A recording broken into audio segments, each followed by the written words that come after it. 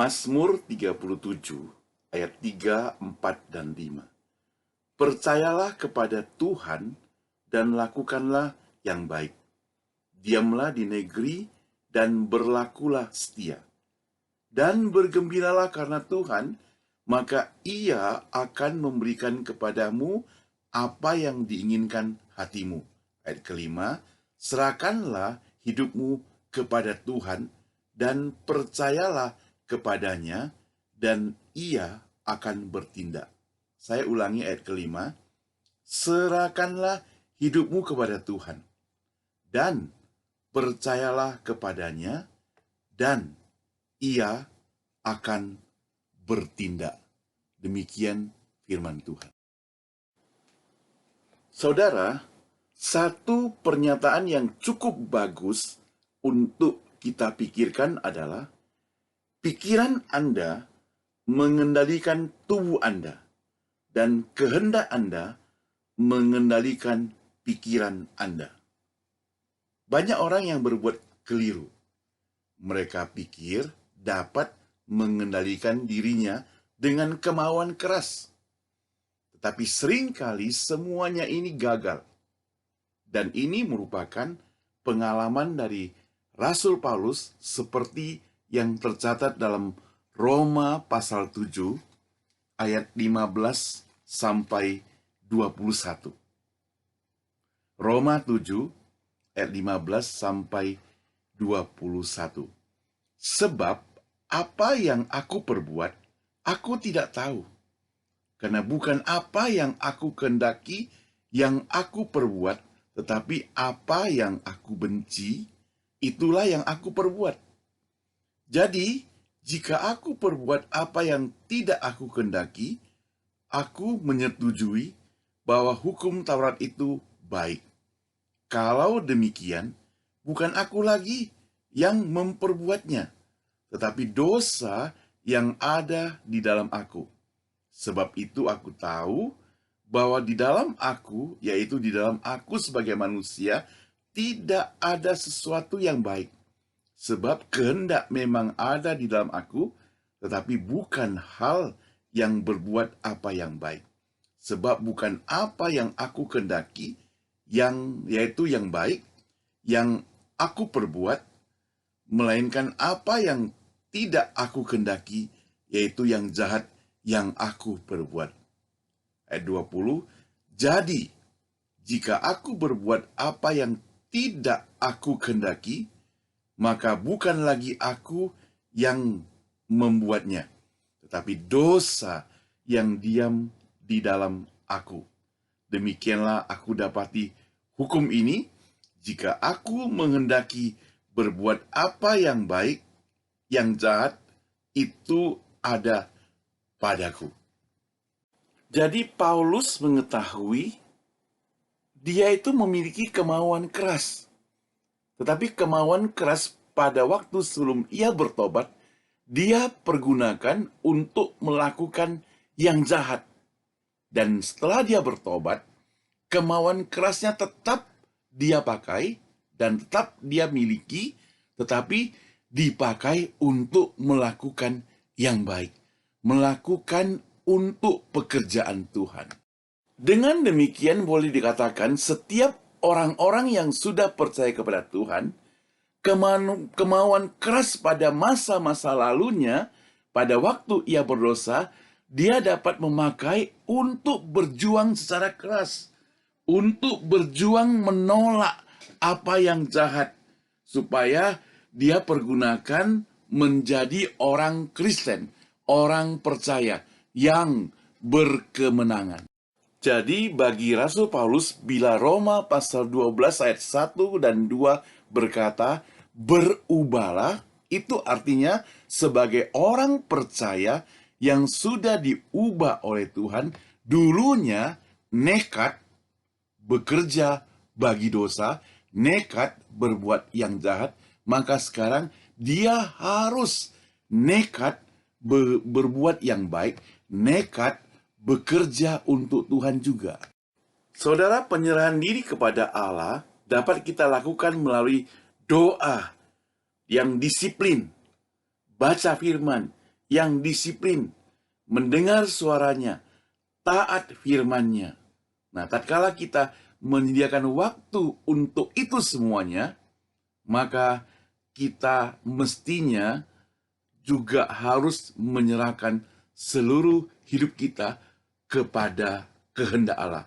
Bukan lagi kehendak kita, tetapi sekali lagi kehendak Allah. Kehendak kita berbuat dosa. Kehendak Allah berdoa kepadanya. Biarkanlah Allah melaksanakan kehendaknya. Kesalahan manusia adalah terletak pada mau enaknya saja. Seringkali kehendaknya sendiri dia paksakan supaya itu menjadi kehendak Allah. Banyak manusia menginginkan mahkota surgawi, tetapi bila perlu tanpa salibnya, bila perlu tanpa penderitaan, bila perlu tanpa pengorbanan, bila perlu seperti jalan tol.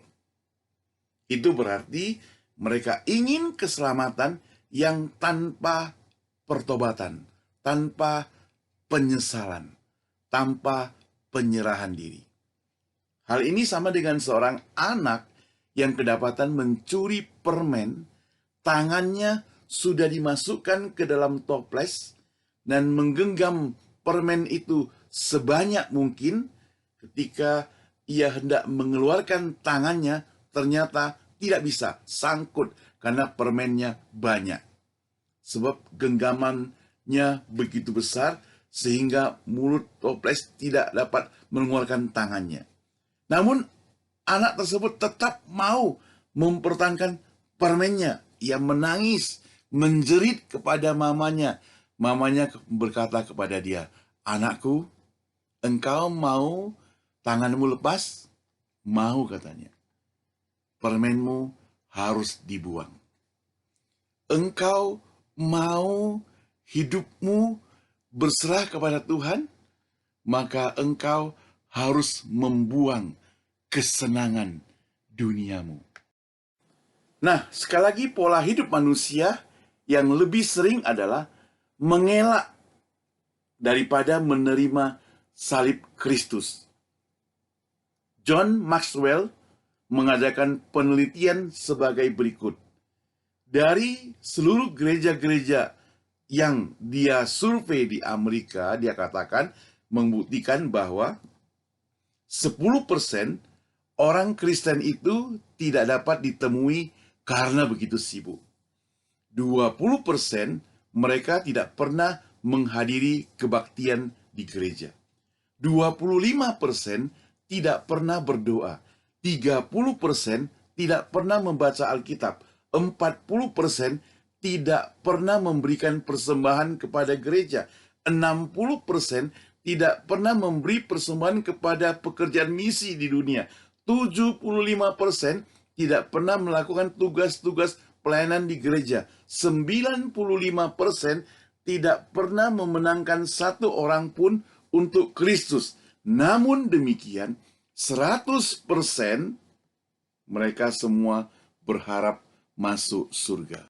Jadi bagaimana dengan kita semuanya?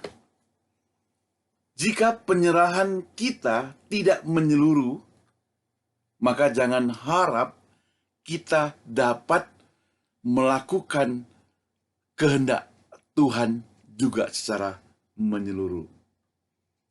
Kalau kita mau serahkan hidup kita menyeluruh kepadanya, kita harus tinggalkan kesenangan yang ada di dunia ini. Saudara, belakangan kita dikejutkan, ditakuti, dikhawatirkan dengan virus yang berjalan berkepanjangan dari dunia Asia, sekarang masuk Eropa, dan masuk juga Amerika, mau tersebar di seluruh dunia. Orang pada sibuk berbelanja, orang pada takut, orang pada khawatir, orang pada panik. Apalagi berita media sosial begitu luas tersebar. Bagaimana ini? Firman Tuhan ingatkan pada kita berubah, berserah kepada kehendak Bapa. Yang saya sangat mengherankan adalah tatkala saya lewati jalan-jalan yang ada di sekitar rumah, kemarin lewati di jalan yang namanya Mission, ketika orang berduyun-duyun berbaris untuk dapatkan makanan, masih ada orang yang berduyun-duyun barisan cukup panjang untuk mendapatkan marijuana. Karena marijuana legal di sini. Dijual di sebuah toko yang di Mission dan barisnya panjang sekali. Saya sedang pikirkan bagaimana ini. Dalam keadaan genting seperti begini, masih belum mau serahkan hidup kita kepada Tuhan. Bagaimana Anda semua? Kiranya Anda tidak seperti yang saya sebutkan terakhir ini. Mari kita berserah kepada Tuhan, supaya kita tidak menyanyiakan hidup kita dengan ketakutan, tetapi menyerah kepada Tuhan dan beroleh kemenangan. Amin. Terima kasih. Tuhan memberkati.